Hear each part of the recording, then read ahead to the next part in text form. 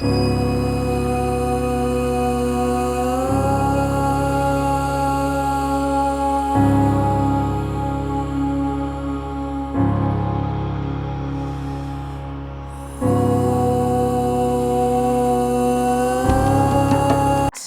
needs to find Mula Bandha and Uddiyana Bandha. You don't go into a back bend like this without bandhas, because then it's just going to hang. She's going to sag into her lower back. Because some of you have probably been taught to flatten the back, lift the pubic bone, right? Flatten the back, and then come up into a back bend, right? And this is protecting the back. But you're not going to go into it as deep a back bend. So as we are usually, Ashtangis love to go as deep as possible.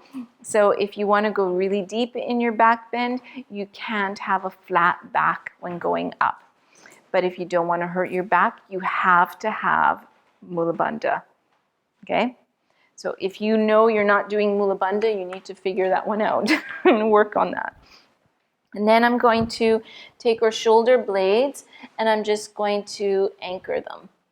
And so when her shoulder blades are anchored, she feels like she's already doming across the chest. So once again, it's a back bend is a front opening, right? So now she feels open in the front body and she feels like she has some arch in her back.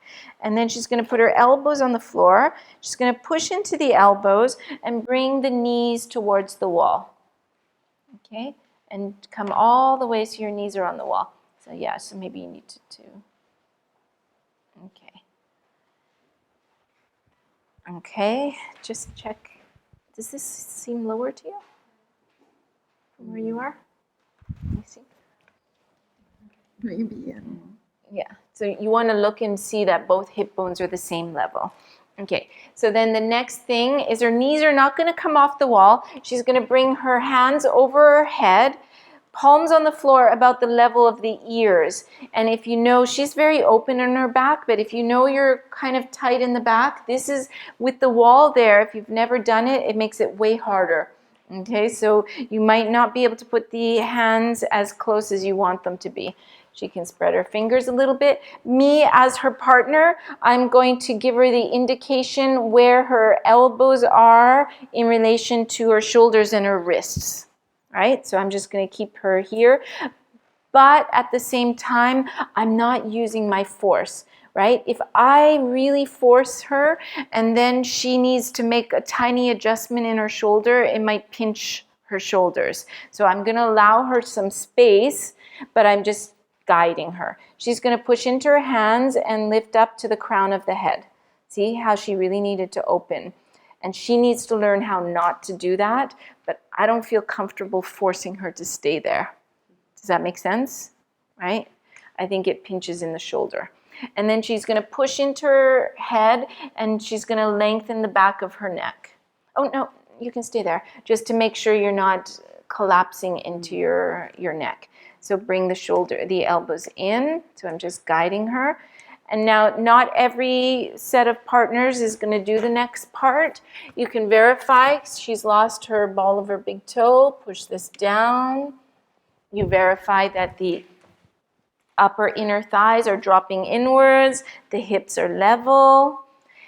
And only if everything is done, then I can stand. You can come to the sides if you need to.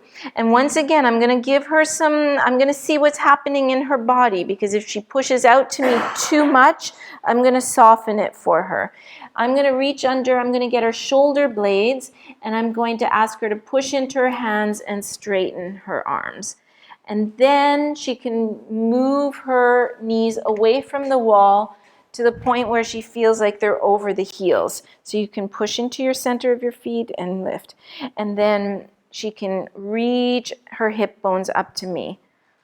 And she's dropping. So you just verify everything. Inner thighs dropping, outer hips wrapping. Get some length so the pubic bone, the tailbone is reaching away.